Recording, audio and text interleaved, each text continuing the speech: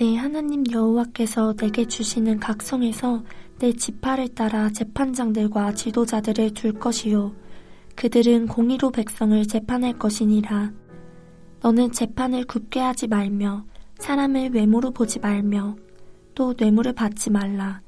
뇌물은 지혜자의 눈을 어둡게 하고 의인의 말을 굽게 하느니라. 너는 마땅히 공의만을 따르라.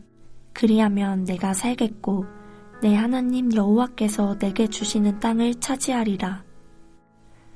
내 하나님 여호와를 위하여 쌓은 제단 곁에 어떤 나무로든지 아세라상을 세우지 말며 자기를 위하여 주상을 세우지 말라.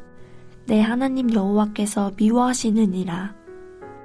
흠이나 악질이 있는 소와 양은 아무것도 내 하나님 여호와께 드리지 말지니 이는 내 하나님 여호와께 가증한 것이 됨이니라. 내 하나님 여호와께서 내게 주시는 어느 성 중에서든지 너희 가운데에 어떤 남자나 여자가 내 하나님 여호와의 목전에 악을 행하여 그 언약을 어기고 가서 다른 신들을 섬겨 그것에게 절하며 내가 명령하지 아니한 1월 성신에게 절한다 하자. 그것이 내게 알려짐으로 내가 듣거든 자세히 조사해 볼지니 만일 그 일과 말이 확실하여 이스라엘 중에 이런 가증한 일을 행함이 있으면 너는 그 악을 행한 남자나 여자를 내 성문으로 끌어내고 그 남자나 여자를 돌로 쳐 죽이되 죽일 자를 2사람이나 3사람의 증언으로 죽일 것이요 한 사람의 증언으로는 죽이지 말 것이며 이런 자를 죽이기 위하여는 증인이 먼저 그에게 손을 댄 후에 뭇 백성이 손을 댈지니라. 너는 이와 같이 하여 너희 중에서 악을 제할지니라. 내 성중에서 서로 피를 흘렸거나 다투었거나 구타하였거나 서로 간에 고소하여 내가 판결하기 어려운 일이 생기거든 너는 일어나 내 하나님 여호와께서 택하실 곳으로 올라가서 레위 사람 제사장과 당시 재판장에게 나아가서 물으라.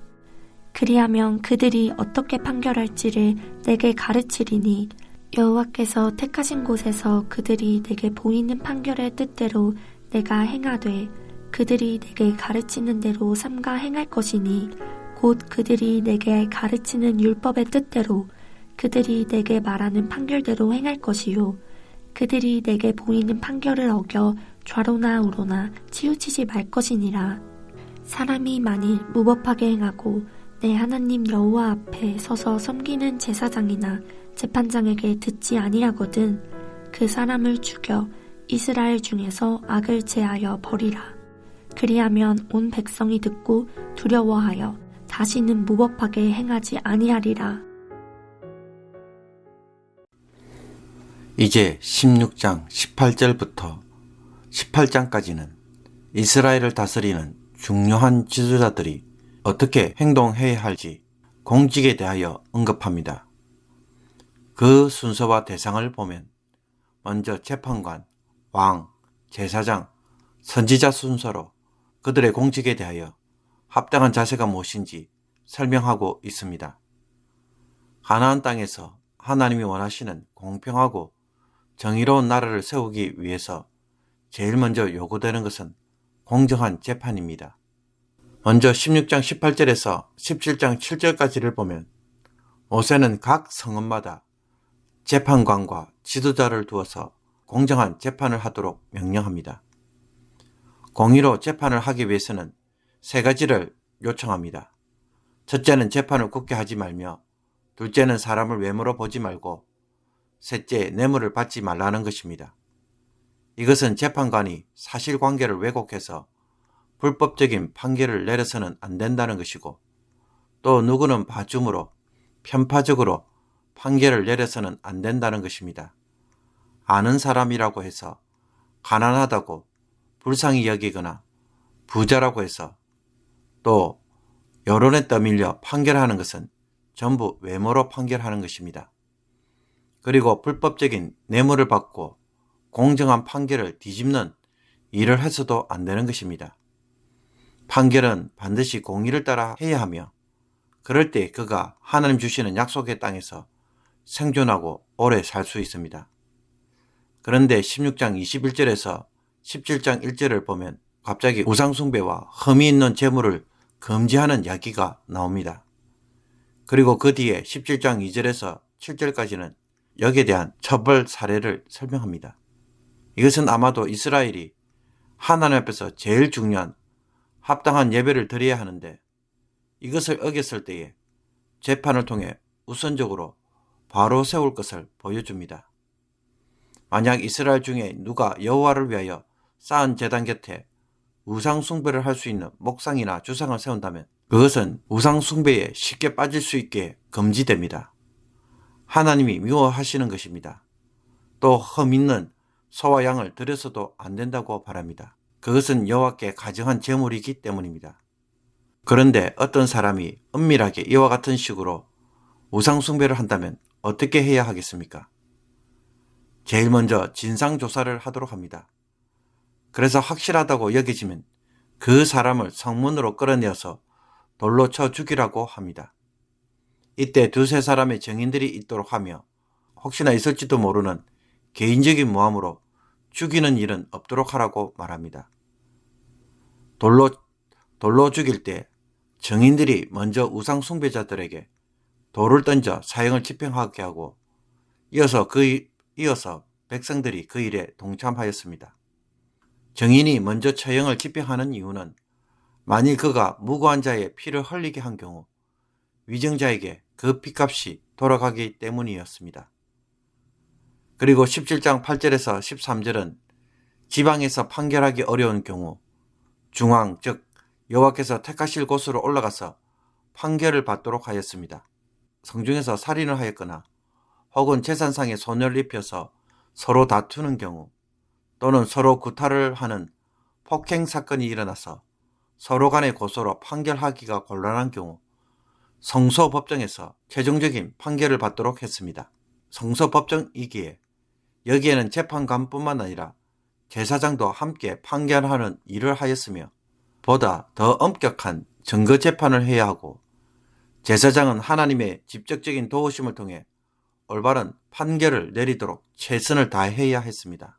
그 결과 판결이 내려지면 모두가 그 판결에 따라야만 했습니다. 하나님 앞에서 재판을 하는 것이기에 그것은 최종적이고 모두가 복종해야만 한 것입니다. 그런데도 누가 그 판결에 불복하게 되면 어떻게 되겠습니까? 그것은 하나님에 대한 불순종으로 간주하여서 그 사람을 죽여 그 악을 제하도록 하였습니다. 그리고 이 일로 백성들은 하나님을 두려워하며 무법으로 행동하지 않도록 요구하였습니다. 그러므로 오늘 본문을 묵상할 때 우리 눈에 띄는 중요한 한 가지가 있습니다. 그것은 모세가 공의로운 재판을 제일 먼저 소개함으로써 이스라엘이 하나님 나라가 되는 일에 공의를 세우는 일을 매우 중요하게 여긴다는 것입니다. 공의로운 재판이 이루어지면 그 사회는 공의로운 사회가 됩니다. 율법에 따라 판결하기에 누가 감히 법을 어기고 살겠습니까? 그러므로 하나님이 원하시는 나라는 어떤 나라입니까? 공의와 정의가 바로 세워지는 나라라고 말할 수 있습니다. 예수님도 산상수훈에서 우리가 제일 먼저 구해야 할 것은 그 나라와 그 의를 구해야 한다고 말씀하셨습니다. 이것은 하나님 나라의 핵심적인 특징이 의가 바로 시행되는 것에 있음을 보여줍니다. 그리고 이것은 율법이 추구하는 목표이고 결과물이기도 합니다. 율법에 순종할 때 그 사람은 의롭다고 할 수 있는 것입니다. 우리가 하나님 나라 혹은 천국에 대하여 말할 때 대체로 물질적으로 부유하고 사는 일에 근심 걱정이 없는 곳으로만 오해하지만 그러나 절대로 놓치지 말아야 할 하나님 나라의 진짜 모습은 공의가 바로 세워지는 것에 있다는 것입니다. 따라서 그리스도인의 신앙생활의 중심도 이 세상에서 어떻게 해야 하나님의 공의를 바로 세우는가라는 것입니다. 내가 너희에게 이르노니 너희 의가 서기관과 바리새인보다 더 낫지 못하면 결단코 천국에 들어가지 못하리라. 그런데 우리의 신앙생활이 하나님의 공의를 바로 세우는 것이라는 말은 다소 추상적이고 모호하게 들릴 수 있습니다. 그러나 좀 더 쉬운 말로 한다면 그것은 하나님 앞에서 바르고 정직하며 성실하게 사는 삶이라고 요약할 수 있습니다. 무엇이 옳고 그른지를 판단하는 것은 하나님의 말씀을 통해 분별하는 일입니다. 가나안 족속들 모두가 우상 숭배를 하였기에 그것은 죄가 되지 못하지만 하나님 보시기에는 가증한 것이기에 그것은 올바르지 못합니다. 그리고 정직하다는 것은 거짓말을 하지 않는 것이고 남을 속이지 않는 것입니다. 또 성실하다는 것은 게으르지 않고 자신의 책임을 제대로 하는 것입니다. 이 세 가지가 바로 서 있다면 모든 일이 바로 세워집니다. 그러므로 지금 내가 일하는 삶의 현장에서 과연 공의를 행하고 있는지 오늘 묵상해 보기를 원합니다. 때론 나의 사적인 이익을 위해 은근히 내 욕심을 채우고 있는 일은 없습니까? 아마도 우리들 대부분은 그런 일을 하지는 않을 것입니다. 그러나 눈에 드러나는 부정한 일은 하지 않지만 적당한 거짓말과 애매모호하게 둘러대는 말들, 진실을 흐리게 하는 일들, 나의 게으름으로 인해 일들이 제대로 진행되지 못하고 있지는 않습니까? 나의 유익을 중심으로 일들을 풀어내고 정직하지 못한 모호한 태도, 불성실한 삶은 공의를 바로 세우는 일을 가로막는 것들입니다. 오늘 이런 것들에 대하여 대화하며 변화하기를 원하시는 성령의 음성에 귀를 기울이고 순종하는 복된 하루가 되기를 주님의 이름으로 축복합니다. 기도드리겠습니다. 공의의 하나님, 우리의 죄악과 악함으로 인해 이 세상에 얼마나 많은 슬픔과 눈물과 고통이 들어왔는지 다시 묵상하며 회개합니다. 용서하여 주옵소서. 하나님의 공의를 다시 세울 때에 모든 죄악이 떠나가고 땅이 그 소산물을 풍성하게 내며 상처난 모든 관계들이 화평하게 되는 것을 오늘도 꿈꾸며 살아가게 하옵소서. 그래서 오늘도 하나님 보시기에 바른 것을 먼저 결정하게 하시고 사람들에게 부끄럽지 않는 일을 하게 하시며 최선을 다하는 성실한 하루가 되게 하여 주옵소서. 이 일로 세상에서 존경과 사랑을 받게 하시며 우리의 삶 속에서 하나님 나라가 임하는 모습을 보게 하옵소서. 예수 그리스도의 이름으로 기도하옵나이다. 아멘.